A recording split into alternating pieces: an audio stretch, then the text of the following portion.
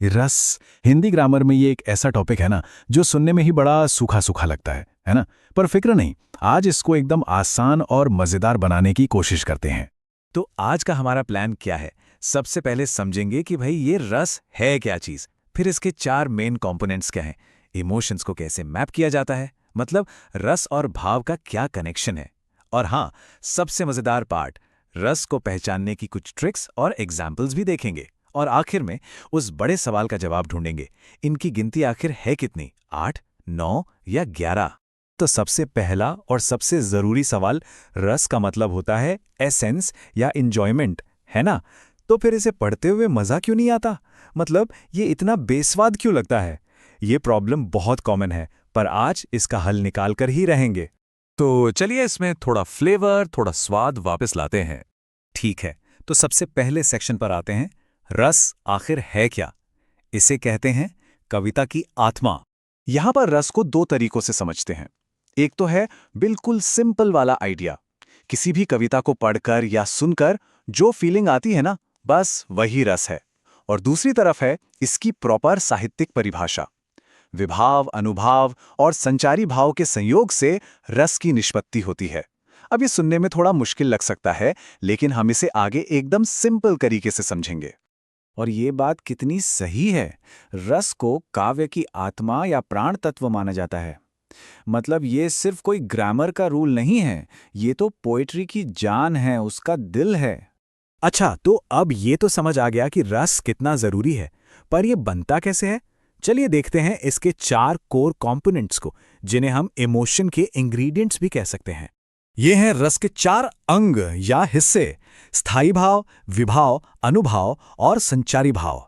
एक बात यहां पर जरूर ध्यान रखनी है, ये रस के टाइप्स नहीं है, ये वो चीजें हैं जिनसे मिलकर रस बनता है। तो सबसे पहले है विभाव। विभाव मतलब कारण या वो ट्रिगर जिससे कोई इमोशन पैदा होता है। इसे समझने का एक बहुत बढ़िया तरीका है, सोचिए कि एक फिल्म चल रही है। फिल्म में जो कैरेक्टर्स हैं जैसे हीरो हीरोइन, वो हो गए आलंबन, और जो आसपास का माहौल है, सेटिंग है, वो हो गया उद्दीपन। अब आप ही सोचिए, इनके बिना क्या कहानी आगे बढ़ सकती है? बिल्कुल नहीं। अच्छा, अब आते हैं अनुभाव और संचारी भाव पर। इन दोनों में अक्सर लोग कंफ्यूज हो जाते हैं। तो देखिए, अनुभाव वो है जो शरीर करता है, मतलब हमारी फिजिकल रिएक्शंस, जैसे कांपना, पसीना आना, आंसू निकलना, ये करीब 8 तरह के होते हैं। और संचारी भाव वो है जो मन में थोड़ी देर के लिए आते हैं और चले जाते हैं, फ्लीटिंग इमोशंस, जैसे शक, शर्म या गर्व। ये पूरे 33 तरह के होते हैं। चलिए अब तीसरे सेक्शन की तरफ बढ़ते हैं। यहां हम इमोशंस की मैपिंग करेंगे, मतलब रस और उसके स्थायी भाव के बीच के रिश्ते को समझेंगे। ये टेबल बहुत बहुत इंपॉर्टेंट है। देखिए, हर रस के साथ एक परमानेंट इमोशन यानी स्थायी भाव जुड़ा होता है। जैसे श्रृंगार रस का स्थायी भाव है रति, हास्य रस का है हास, और कुछ पेयर्स तो खास तौर पर याद रखने वाले हैं जिन पर अक्सर सवाल बनते हैं, जैसे वीर रस का उत्साह, विभत्स रस का जुगुप्सा और शांत रस का निर्वेद। और अब आते हैं सबसे प्रैक्टिकल और मजेदार हिस्से पर, सेक्शन 4, किसी कविता में रस को पहचाने कैसे। इसके लिए कुछ ट्रिक्स और एग्जाम्पल्स देखते हैं। सबसे पहले वीर रस। इसकी ट्रिक बहुत सिंपल है। कविता में बस वीरता, जोश या देशभक्ति वाली थीम ढूंढनी है। जैसे ये लाइनें सुनिए, मैं सत्य कहता हूं सखे, सुकुमार मत जानो मुझे, यमराज से भी युद्ध में प्रस्तुत सदा मानो मुझे। इन्हें पढ़ते ही एकदम से जोश और हिम्मत वाली फीलिंग आती है ना? बस यही है वीर रस। अगला है हास्य रस। इसकी ट्रिक तो और भी सीधी है। ऐसी लाइनें ढूंढिए जिन्हें पढ़कर हंसी आ जाए, चेहरे पर मुस्कान आ जाए या मजाक वाला मूड बन जाए। उदाहरण देखिए, आधा पात बबूल का तामे तनिक पिसान, लालाजी करने लगे छठे छमा से दान। मतलब बबूल के आधे पत्ते पर थोड़ा सा आटा रखकर कोई दान कर रहा है। ये जो सिचुएशन की बेतुकी बात है ना, यही हंसी लाती है। अब आते हैं विभत्स रस पर।